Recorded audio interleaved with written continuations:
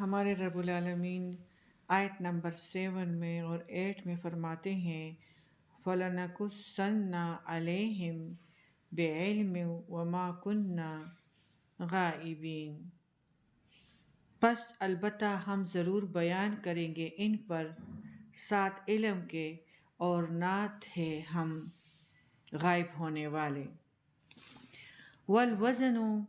اور وزن تول یومئذ الحق، اور وزن اور تول اس دن بالکل برحق ہوگا۔ فمن، باوجہ اس کے، جس کے ثقلت باری ہوں گے، جس شخص کے باری ہوں گے موازینہ اس کے پلے، فاولئک، تو یہی لوگ ہم المفلحون، فلاح پانے والے ہیں۔ ومن خفت موازینہ، اور وہ لوگ جن کے ہلکے ہوئے پلے، فاولئک، تو یہی لوگ، اولئک الذین، تو یہی لوگ ہیں جنہوں نے خسروا، خسارے میں ڈالا، انفسہم، اپنے نفسوں کو، بما کانوا، بوجہ اس کے، بآیاتنا یظلمون، جو تھے وہ ہماری آیاتوں کے ساتھ ظلم کرتے۔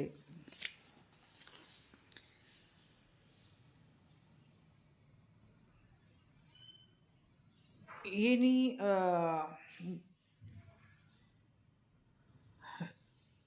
مجرم لوگ اور یہ ان لوگوں کا، اچھے لوگوں کا حساب کتاب ہوگا، اعمالوں کا وزن ہوگا حق کے ساتھ، اور الوزن یومئذ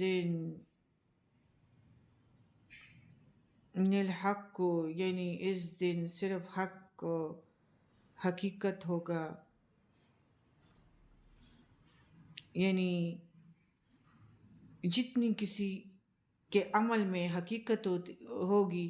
اتنا ہی وہ عمل وزنی ہوگا۔ مثلا ایک شخص اپنی نماز نہایت خلوصی نیت سے اللہ کے حکم کی تعمیل کرتے ہوئے اور اس کی رضامندی چاہتے ہوئے، یہ محسوس کرتے ہوئے کہ اللہ مجھے دیکھ رہا ہے اور میں رب کو دیکھ رہا ہوں، اور اس طرح خشوع و خضوع کے ساتھ نماز ادا کر رہا ہو، تو اس کا یہ عمل یقیناً اس شخص کے نماز سے بہت زیادہ وزنی ہوگا جس نے اپنی نماز بے دلی سے، سستی اور بگاڑ سمجھ کے ادا کی اور دنیاوی خیالات میں رہ کر ادا کی، اور جس عمل میں حق کا کچھ حصہ بھی نہیں ہوگا اس کا وزن کیا ہی نہیں جائے گا۔ سورہ کاف میں ہے آیت نمبر 105 میں کہ جن لوگوں نے اپنے پروردگار کی آیات سے انکار کیا ان کے لیے ہم میزان قائم نہیں کریں گے۔ سورہ فرقان میں ہے 23 میں فرمایا ہمارے رب نے کہ ہم ایسے کافروں کی اعمال کی طرف پیش قدمی کریں گے تو انہیں اڑتا ہوا غبار بنا دیں گے، جس طرح سورج کی روشنی میں جو ذرات نظر آتے ہیں لیکن ان کو نہ پکڑ سکتے ہیں اور نہ ان سے دامن کو بھر سکتے ہیں۔ تو اس سے یہ معلوم ہوتا ہے کہ میزان عدل اور صرف ان لوگوں کے لیے قائم کی جائے گی جو ایمان لائے تھے، اور ان کے اعمال اچھے اور برے، وزنی اور کم وزن والے ملے جلے ہوں گے۔ کافروں کے لیے ایسی میزان قائم کرنے کی ضرورت ہی نہیں ہوگی۔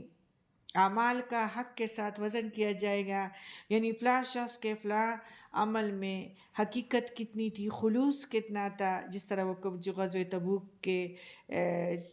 لیے جو کھجور ساری رات کو پانی کے بوکے نکال کے مزدوری کی اور پھر اس سے کھجور خریدے، اور نبی کریم صلی اللہ علیہ وسلم نے اس ڈیر پہ کھجوروں کو پھیلا دیا، تو اللہ تعالیٰ اخلاص کو دیکھے گا۔ اس بات کا فیصلہ بھی اللہ تعالیٰ اخلاص اور خلوصی نیت والوں کے ساتھ انصاف کرے گا۔ اگر یہ ترازو قائم نہ ہوتی تو پھر تو ریاکاروں کے مزے ہوتے جو اندر سے کچھ اور ہوتے ہیں اور باہر سے کچھ اور۔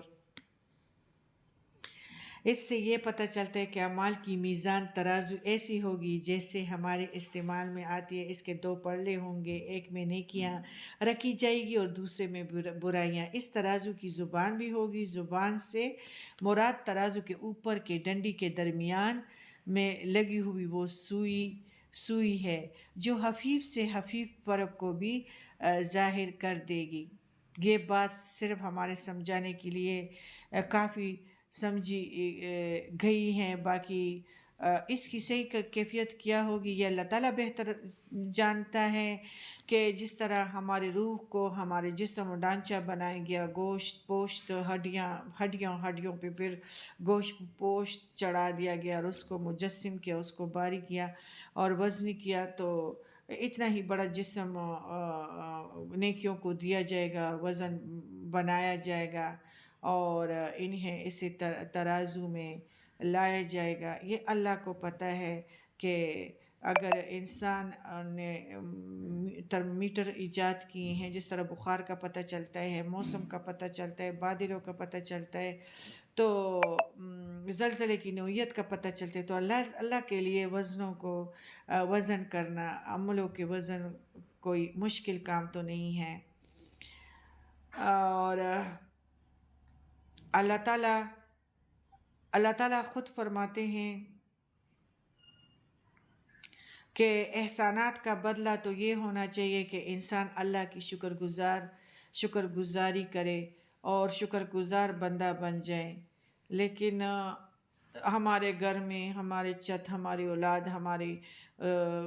پاؤں، ہمارے قیمتی جو گردے، دل، جو یہ سارے کام کر رہے ہیں، تو یہ تو سب کچھ جو اللہ تعالیٰ نے شکل دیا ہے، سب کچھ، اور ہاتھ پکڑنے کے لیے ہمارے جو ہمارے ہاتھ کام کر رہے ہیں، چلنے کے لیے ہمارے پاؤں، تو یہ بہت کم انسان خیال کرتے ہیں، اور شیطان ان کی ناشکری کے لیے طرح طرح کے وسوسے اس کے دل میں پیدا کرتا ہے، اور وہ جو ہے نفس مطمئنہ کے بجائے جو ہے وہ بیکار انسان ہو جاتا ہے اور ہر وقت ناشکری میں لگا رہتا ہے، اوروں کے جو ہے نعمتوں پہ نظر اس کی رہتی ہیں، اور اپنے قیمتی اجزاء جو اس کے پاس ہے، جو چیزیں اس پہ اس کا نظر نہیں ہوگا،